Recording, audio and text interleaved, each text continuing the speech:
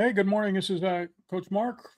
We're going to be talking water polo for the next 45 or 55 minutes. And we're bringing this stream. Coach Dennis organizes these talks. He's from the Philippines. And we have a website at wafsu.org, the World Aquatic Federation of Schools and Universities. So if you go to wafsu.org,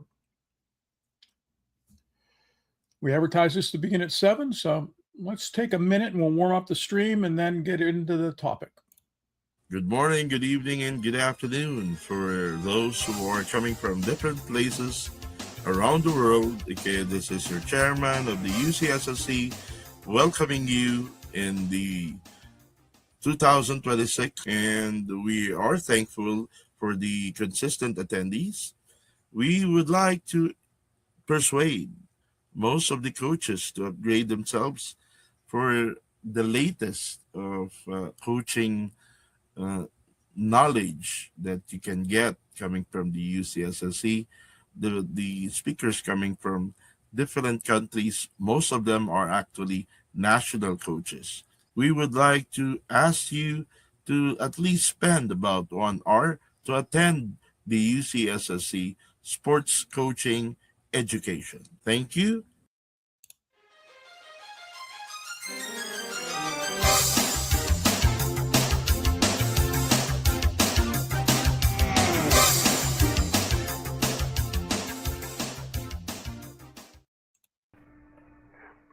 We're going to be talking water polo fundamentals. And to do so, we're going to bring in from Florida special guest Ron Usher. You're going to like it. It's about an hour long. Let's get to work.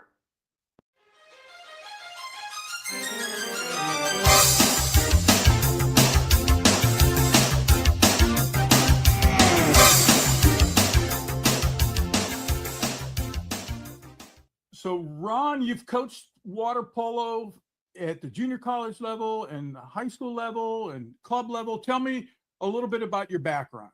So I'm a swim coach, and that's really my background. I think I'm a good swim coach. I think I'm a great swim instructor, and I think I'm an adequate water polo coach. I have coached junior college. I don't think I did a great job. I coached high school. I did an okay job. I learned a lot. And I've coached club, and I learned a lot coaching club. I met my friend, Coach Sasha, and he taught me a lot about the game and a lot about fundamentals. And he answered all the questions I had since I played in high school. And so using his skills and knowledge, I've been able to apply it to my swing background. And I see the mistakes that clubs are making and coaches are making, and it's the same mistakes I made. I don't want anybody to repeat them. And on the fundamentals, what are these mistakes? So the first question I asked Coach Sasha when I met him, we were sitting there over for a beer, having a great beer. And I said, so tell me, Coach, does the egg beater do circles? Or does it go back and forth like this? And he goes, in his Ukrainian accent, Americans, you guys do circles, and that's why you suck. And he was absolutely right. So the first thing is the egg beater is not circles. And you look at 90% of the teams, they're doing the egg beater in a circle, and it works. It keeps them above the water, and it's actually easier to do, and it takes less energy to do the circles than it does to do the thrusting egg beater. But you are limited in how far you can go. That's the main thing. You look at the Europeans, the best players, they are not doing circles. Not one of them. They are doing thrusting, powerful egg beater kicks. So what do you mean limited? So just in the extension of the jump, or in their level of play?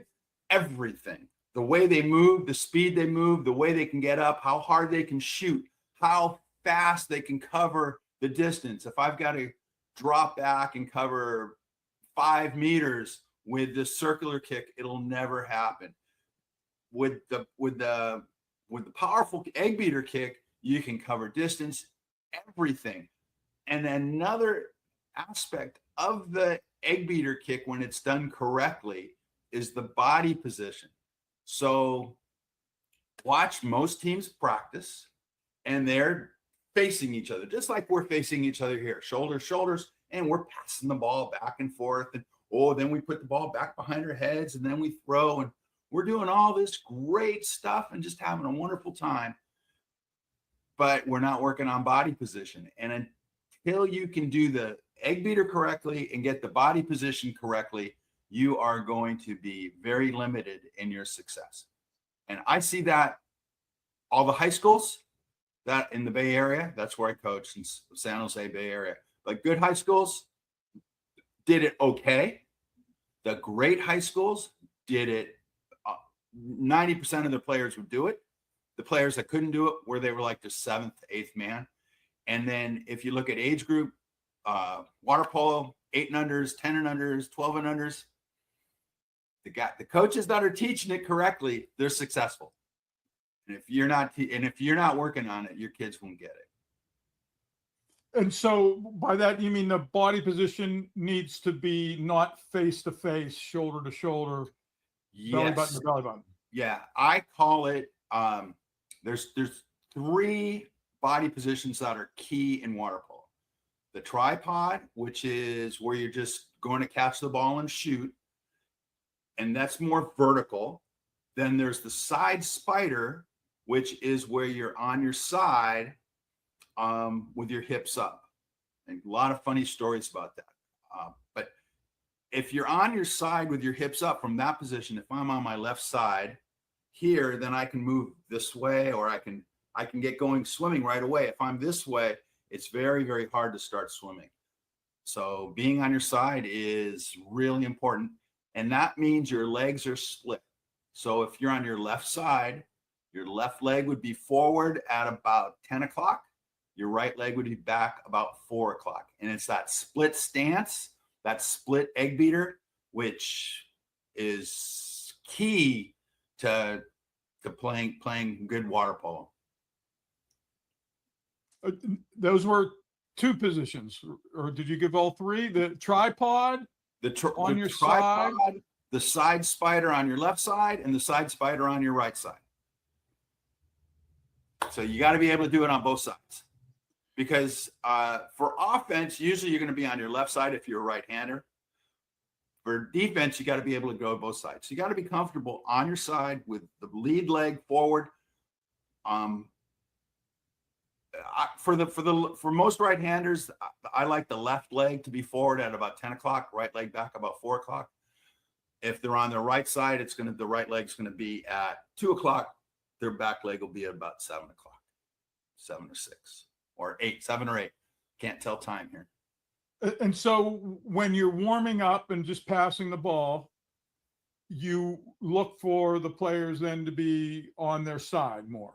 Yeah, 100%, or at least tripod. So for instance, I'll back up a little bit. If the player's warming up, pass the ball. So you got to warm up your arms, and they just sit square and pass back and forth, back and forth, back and forth. From this position, if the pass had any velocity, when the pass came into my hand, I'd have to fall back.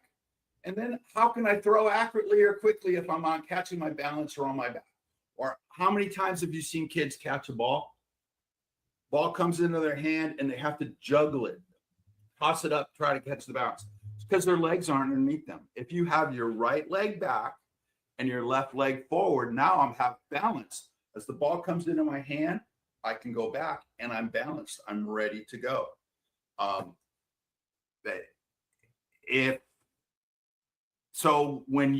Right from the beginning, when you have your kids warming up, don't let them face each other and put their legs at 6 and 9 o'clock. Make sure their front leg is forward, their right leg is back, out wide, gives them more balance, and they're working on the kick right from the beginning. Don't have them do any of this. The only time I would have kids doing this is it's easy if you're working on hand-eye coordination, you have little 8-year-olds who can't catch the ball, then you can do this because you're just focusing on catching the ball. But if you're warming up and you're not, and learning how to catch the ball with your hand is no longer an issue, your legs have to be in that 10-4 position all the time because it's hard. It takes practice. And if you don't practice it from the beginning, you're not going to practice it. You're not going to get it in a game. And then what do you mean by the tripod position? That's, you got 2 legs, but where's that third? Is that your arm? So the left leg is at, go ahead, Mark. Where's the left leg? Well, it's in the front. It's in the front, and let's just call it 10 o'clock. Okay. 11 o'clock works. 10 o'clock, I like over exaggerating because I typically work with younger kids. 12 o'clock could even work, but that starts getting narrow. So let's just call it 10 o'clock. Right leg is back at 4 o'clock. Your left hand is sculling at about 10 o'clock out here. It's really hard to look at myself and talk about my left hand, and I see it's my right side.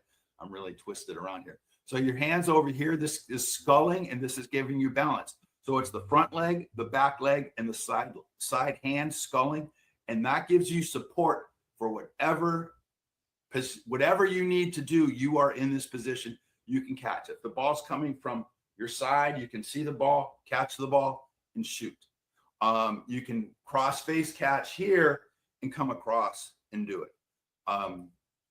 It's tripod. It's fundamental. When you're going to shoot, you shoot from that tripod. You see kids throw, and they throw really hard. They try to throw really hard, and they can't. It's because they don't have their legs underneath them. And those great shooters, the top water polo players, are throwing that ball 60 miles an hour plus. They're not throwing it with their arm. They're throwing it with their legs and their body. And it's because that right leg is back. They can do a great big thrust and get their whole body moving forward and just throwing that ball with incredible velocity and accuracy. Excellent. So how do you teach it? You got a little kid that has done a bunch of laps. He's a swimmer. All right, now we're going to try to transition from breaststroke to egg beater. Yeah, let's go over breaststroke first, because you can't do egg beater unless you got a breaststroke. The way I teach breaststroke kick is you got to make the L, which is where you do the dorsal flexion. You pull your toes and the top of your foot towards your knees. That's the L. Then you got to make the R, where you're going to put your point, which is for rotation, out to the side. If you cannot get these 2 positions with your feet, the L and the R, getting them out to the side, you're not going to have a good breaststroke kick.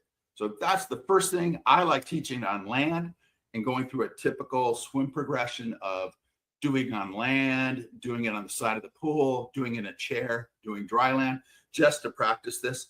So many kids don't have the strength in their tibialis to hold that L, and they have weak hip flexors, so they can't make the R.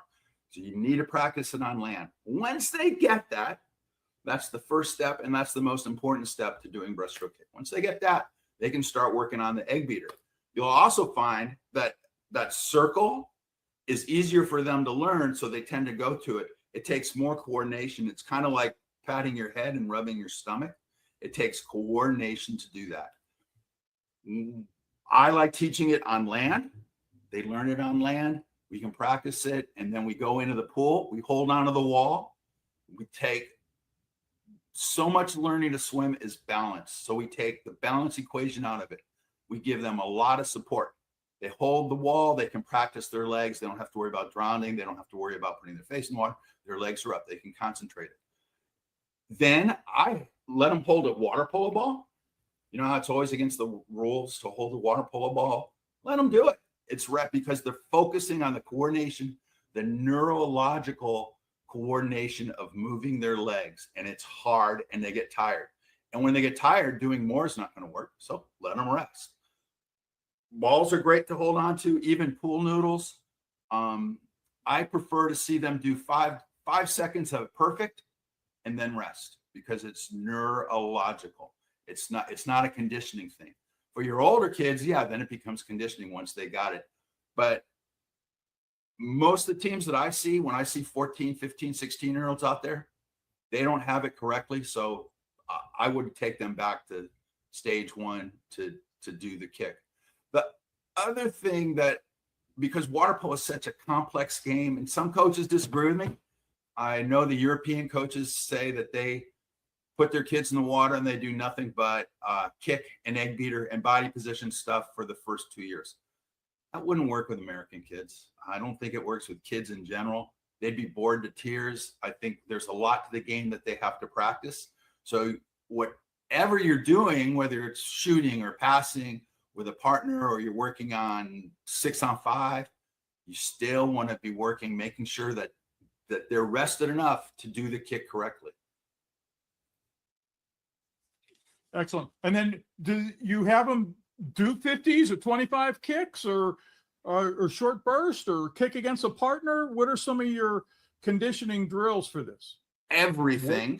Yeah, everything. One of my favorite things is to hold the ball out in front and do the kick, do the egg beater going this way. The egg beater, there's really 7 directions you can go with any kick, whether it's breaststroke kick or egg beater. So you got your hips up, you're in a spider or a side spider. You can go forward. You can go backwards. You can go to your left.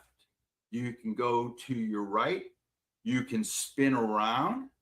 You can spin around the other way, and you can go up. And they should learn how to control their bodies without their hands up, and be able to move in all those directions just from their legs. Now, if they're younger and they're new players, yeah, you let them skull. Let them skull and use their hands, because it's hard. It's not only hard physiologically, it's hard neurologically. They have to get some skull on it. But practice moving in all those directions. So that alone will get them tired. And then holding a ball and going across the pool. There's so many great drills. I just don't think that you could go over. You could go over. That's one thing I love about water polo is there's 50 ways to kick across the pool. And then you put the kids can handle a chair, or they can kick against As they a partner. get better, they can handle a chair. Here's a great drill. Hold the ball out in front. Do 4 breaststroke kicks going forward, and then 4 breaststroke kicks trying to get up as high as you can. And then if you're doing it with breaststroke kick, you can do it with 4 egg beater kicks. So you egg beater going forward, egg beater, and then egg beater, egg beater, egg beater, egg beater, and then forward, forward, forward. It's a great drill. You can do that drill with holding the ball with one hand in front. You can do that drill holding the ball behind you. As you're doing it, there's just so many combinations of things. And you need to do the combinations, because that's how you dial it in a game. The game's so dynamic and always changing that you have to practice it different ways, as many ways as possible to dial it in. Yeah, excellent. Okay, so then we were getting the kick going. Then how do you teach the passing and the catching and the ball control? So my approach is a little bit different. People may not like it, but I'm gonna say what I believe. I believe that catching and throwing are 2 separate things. Being able to pass the ball and being able to catch the ball are 2 different things. And you got to learn how to throw the ball and throw it hard and correctly first before you learn to catch it. So what typically happens is you go in this little happy 3 and 6 position, and you're going back and forth, and you catch the ball. You go, oh, I caught the ball. I'm so happy I caught the ball. And then you go, okay, we're going to do 10 in a row. And they go, oh, I caught 8 in a row. Oh, great, great, great. And they're 5 feet away. When in a game does that ever happen? It's just completely impossible. And then they're practicing these really wimpy passes. So I prefer wet passes 80% of the time. All the kids got to learn how to catch with one hand. At one point, they do.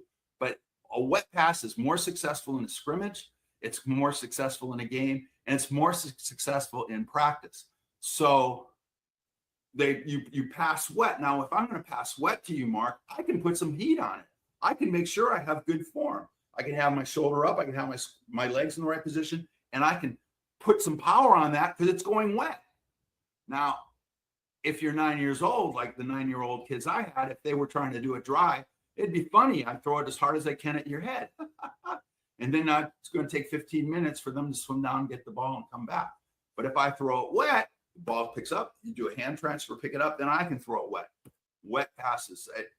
It improved my scrimmage performance so much better with my 10Us. It was amazing, absolutely amazing. They went from the beginning of the year to basically never winning a game, and then we placed at junior nationals in the C division, which was pretty good because they were little sneakers who couldn't swim when they first started. So you like to then get 3 or 5 or 6 kids, and they're going to wet pass to each other around working on the body. Wet pass, working on the 4 and the 10 and the 4, the body position, the egg beater, wet passes. When we scrimmage, we do wet passes. You splash to where you want the ball to go. That's the target. And so because the throw comes first.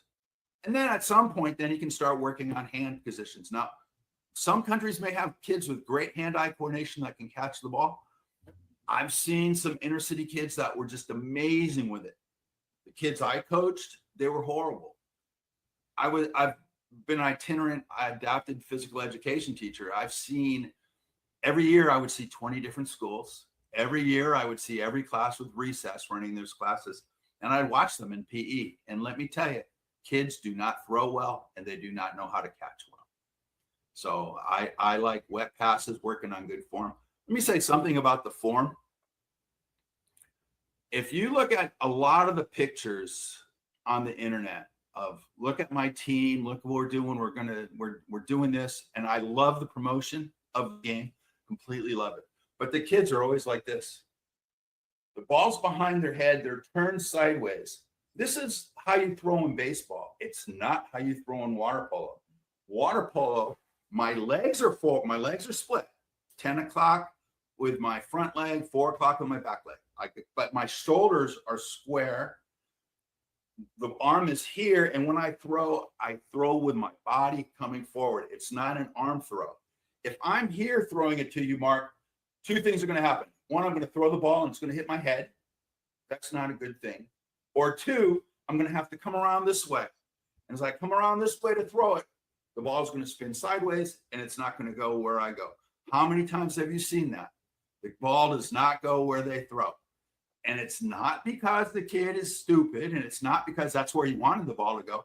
It's because he had the ball here, and then as he throws, the ball goes across his body. If you got the ball here and you learn to do this, the ball goes straight ahead. You get on, watch the water polo reels, watch the European teams. That's how they're throwing it. And watch shortstops. And third baseman. That's how they throw. Pitchers get back here. They can adjust and everything else. But third basemen, they got to be accurate and square up. They bring their hand up here and they throw with their body. So that's the throwing and the passing and the wet. What about the receiving of the pass? First off, you're going to have to receive it off the water. You're going to have to receive it off the water. You're going to have to get good at doing hand transfers, picking the ball up from underneath, pulling it behind your head, or doing a hand transfer from your weak hand to your strong hand. Absolutely. Which is, that's happens way more than getting a dry pass, except at the better levels. Once you're a good player, then yeah, you can do that. I mean, you watch the professionals, the ball's just zipping from hand to hand to hand to hand. But, and I do think with a team, you have to do some of this just to practice hand to hand. You can be on your back. You can do egg beater, just learning how to get the skills of holding the ball and catching the ball. But that comes later. That is hard to do. And I want my team to be successful before they develop this hand skill. My guess is if you started playing water polo at 8 years old, you could have a pretty good throw by the end of the season. So 8 to 9, you could have a pretty good throw. For most kids to be able to catch, it's going to take another 1 to 2 years to be able to get the mechanics of catching and being able to do that in a good body position. what's the definition of a good catch? This is one of Coach Sasha's quotes. The definition of a good throw is that the receiver does not have to adjust. So if my hand's here and the ball comes here, that was a good throw. If my hand's here and the ball comes over here and I have to move my hand and move my body to get the ball, that's not a good throw. You need to be really precise with those throws. And that's going to take a long time. It's going to take 3-4 years. Which is pretty much, I think, typical athletic development takes 3 to 4 years before you really start to get it. And then you're always continuing to refine it. And then the receiver puts a target up. They're either maybe often tapping on the water or, using in the water if it's wet, or above or up if it's dry. But if I'm open if I'm wide open, yeah, throw me the ball in my hand. But if the guy is, let's see, I got to get my hand. If the receiver is here, my hand is here, and the bad guy is right here, I don't want the ball here. I want to get the ball away from the bad guy so I can reach out and grab him. Reach out and get to the ball. That's you don't want to. The wet pass is so much better than a dry pass, and you got to teach it to them. Here's a great little trick for younger kids. You always want them to lead, right? So they're driving. You want them to lead. They don't understand what that looks like. So have them swim holding a hula hoop in front. They're swimming holding a hula hoop. And then as they're going by, everybody tries to throw the ball into the hula hoop. Gives them a great visual representation of what it means to lead the player. Yeah, so you could have one driver, and then you have 5 guys with the ball. Yeah. Take the five take turns. This guy throws, trying to make it in the hoop. Then this guy throws, and this guy throws, and this guy throws. This guy throws. They make it in the hoop, and then they switch positions and they go the other way. And so they're always trying to lead and they're trying to make it. They see what happens because a lot of times it'll hit the hula hoop and then go beyond it. So it didn't stay in the hula hoop. Bad pass. Excellent. Yes. All right. Then what about just when they get older or you're starting and you have some skills about receiving the ball? What are some of the things you're looking for besides the legs and the body position? Are there other hand-eye skills or? I think at that point, then it becomes more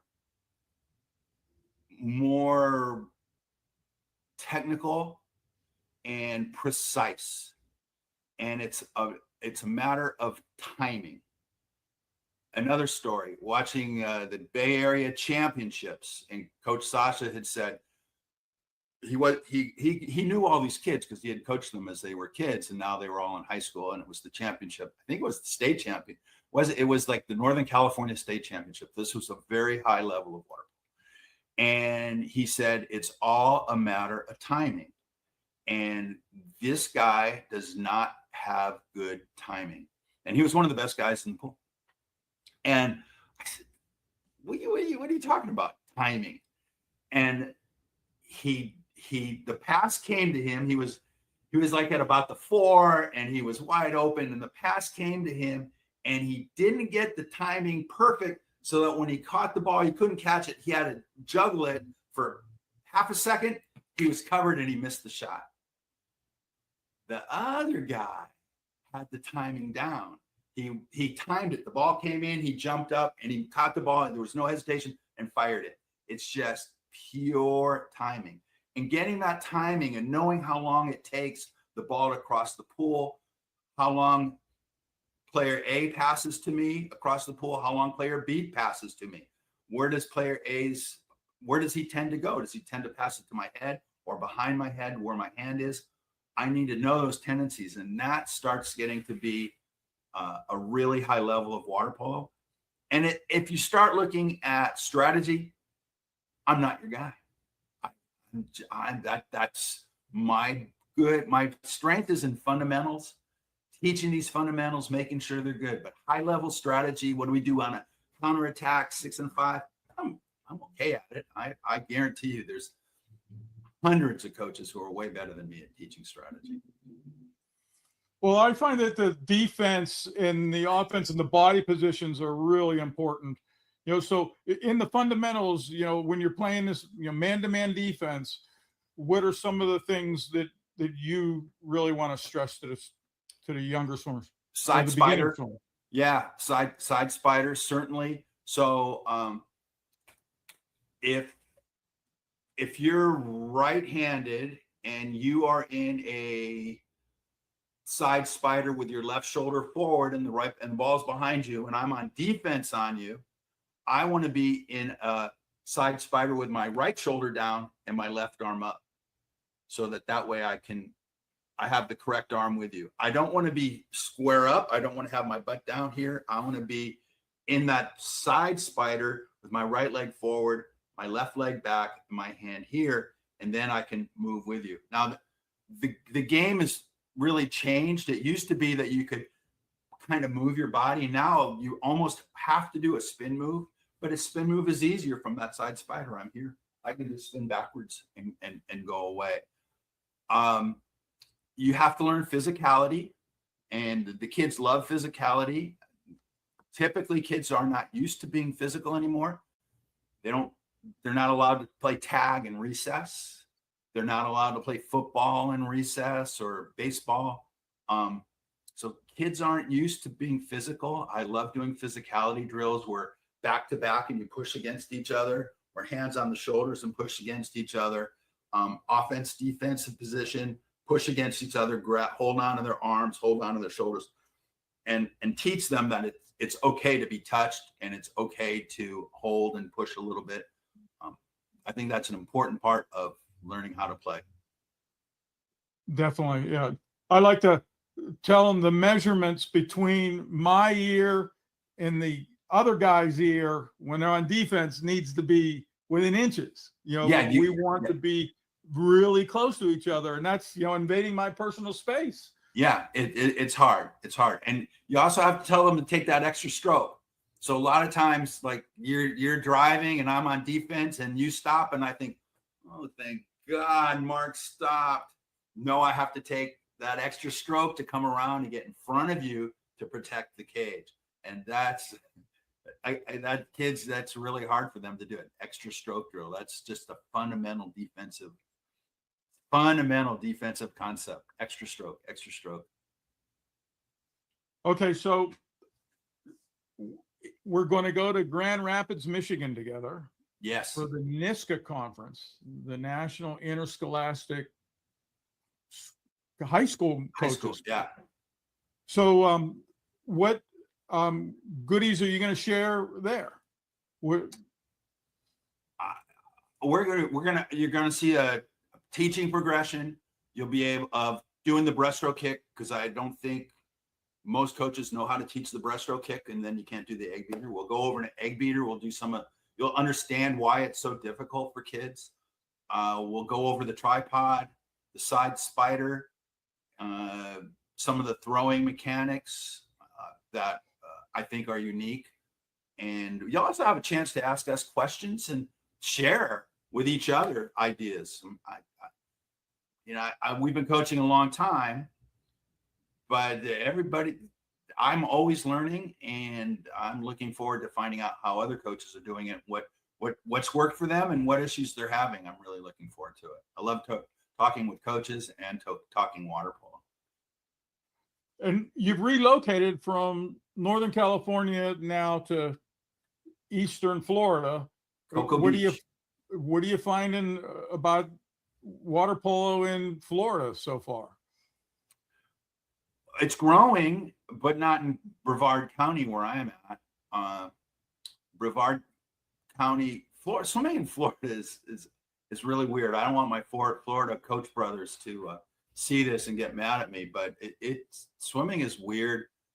The pools are, the accessibility of the pools is not all there. There's some great coaches. There's some great swimmers. And where I'm at, there's no water polo. I'm doing a little bit at Cocoa Beach pool, and it's the first time. There was a master's program here about 6 years ago, and that was it. I love that it's getting bigger in the high schools. Coach Manny up in Jacksonville is doing an amazing job. I know Gainesville's got some good programs. Orlando's got some. I have yet to go to the high schools and see a game. Orlando's a good hour away, and the high schools are about an hour and a half away, so I haven't been able to see it. Wish I could answer that better, Mark. Well, I think they play some in Florida. I mean, Miami too, right? With yeah, they do. Yeah, Miami's about 4 hours away from me, with traffic. Okay. I'm hanging out at the beach. I'm retired, hanging out at the beach,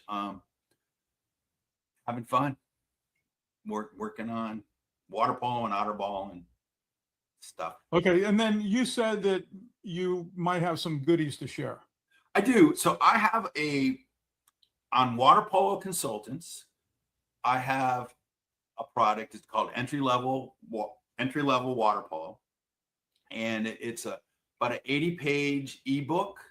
I'm selling it for $34.95, and I'm offering a 40% discount.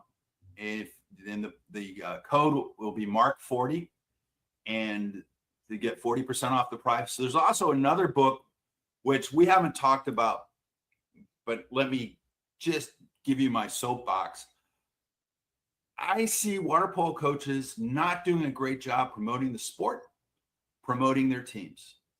I think to me, they look like they're doing it from 1950, 1960.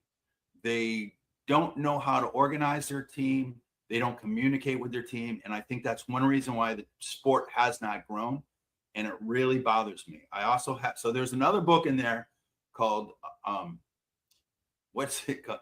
It's about setting up your team and all the things you need to do, communicating with your coaches, communicating with your parents, communicating with your board. How do you set it up? How do you market? It covers all of that. It's a high level. If you were just coaching a high school team, I don't think it would be appropriate. But if you're directing a club team where you have different coaches underneath you, then I think it's very, very worthwhile to read. And again, Mark40 will get you 40% off. And if you purchase any of my products from my website, I will be there for you. If you have any questions, you have money back guaranteed, but I don't care about the money. I care that if you have questions, you have problems, you want to discuss something. That's what I care about. And I am there for you. Just send me an email. We can get on Zoom. We can do it over phone. I really want to help. And that's really invaluable. I think if you get anything from this and you want to continue the discussion, I'm here for you. And where do they go to look at these goodies? Waterpoloconsultants.com. Water Polo Consultants, no hyphen. No hyphen, no nothing. And it's right on the top menu. You'll see products, and click on the products, and it'll take you to a sales page through PayHip.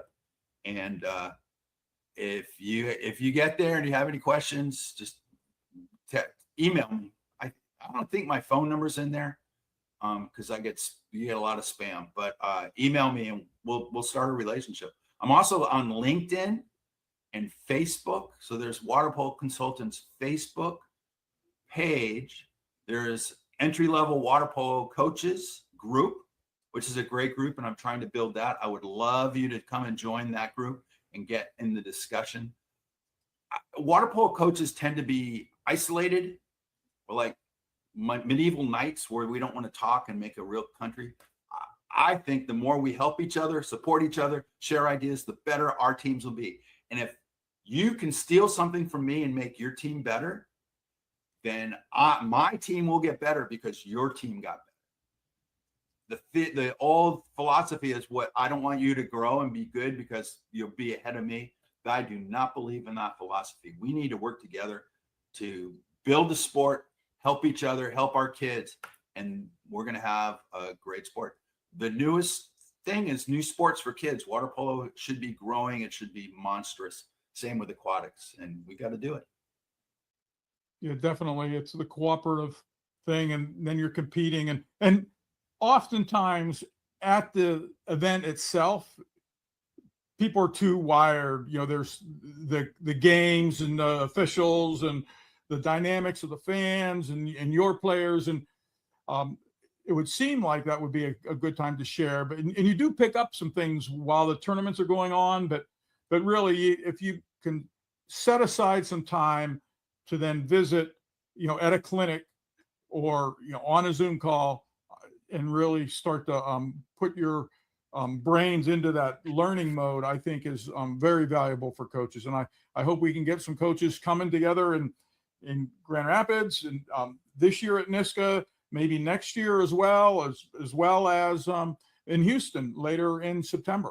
Yeah. When, there's the All Things Aquatics event. Water polo really needs to come together to help each other out. The swimming has ASCA. They have this huge conference every year, and coaches come from all over. Where's water polos? Well, there's a Facebook group for swim coaches. Mark, do you remember the name of it? Coaches Idea Exchange. Yeah, Coaches Idea Exchange. There's 20,000 coaches sharing ideas. Where's the water polo group? I got one. And it's nobody's making comments and supporting it. I think it's kind of weird. And I don't think that's just America. I think that's everywhere. The Europeans, I don't know. I will say Barcelona is doing a pretty good job of promoting the sport. They're promoting their program, and they are. I think Barcelona is doing a really, really good job of that. They're one of the few. We need to do it. If you don't do it, if you're listening to this and you're not trying to make the sport better by connecting with other water polo coaches, I think you're making a huge mistake. Yeah, and the thing that we've found in Pittsburgh is once you've played water polo, perhaps at college or in a club setting, or even when you were a 12-year-old, abroad, it's in your blood. And the adults, the masters teams, are a really good source. Our adults play in the summer 2 times a week, and they travel a little bit. Just a week or two ago, a bunch of them went up to Cleveland, or they'll travel to Washington, D.C. They'll travel 4 or 5 hours. Sometimes they'll even go to Florida and play. And it's one of these sports that it's once it's in your blood, it's going to stay prominent. And if you're going to build a program from scratch, it would do wonders to get the adults on board too. So there will be the people that can then be the officials or the board members. But if you can service some of the playing opportunities for adults, then hopefully they can then see that as a service opportunity then to go down and help the younger kids too. Did you see that picture of the over 80 men's water polo team? No. Those guys were beasts. It was just amazing. And then there was a video of a New Zealand masters water polo team for women. So it was kind of like aqua size, but they were playing water polo and throwing the ball. They had their hats on. It was awesome. They're having a great time. Fabulous. You could play for quite a while. Yeah, and the way that even the adults buck up against the college kids or the high school kids, and they, the water makes it an equalizer, and you could never do that in like basketball, where there's, your body takes a different type of beating. Well, once you learn how to do tripod and egg beater in the right position, you learn how to do the right kick, you'll be smoking all the young guys that aren't doing it. Yes. Okay. Well, hopefully we can get some people out to the events and learning and studying water polo. And I do have a book too, and we're going to be putting this online with our learning management system. So that gets a little more into the technical. And I think that there's another opportunity too, where you're a swim coach and all the IMs and the strokes and the energy systems. And now it would be fabulous to be able to offer a water polo opportunity for your kids. Can I backtrack? There's one thing I forgot to say that I think is really important. As water polo coaches, we're used to watching above the water. Where's the ball going? Where's the body moving and everything else? But the secret is what's under the water. Look at their legs, look at their feet, look at their body position. You can't tell what they're doing above the water, but underwater you can tell. And that's what's going to determine their performance. If they make a bad pass, 90% of the time it's because their body position was in the wrong spot.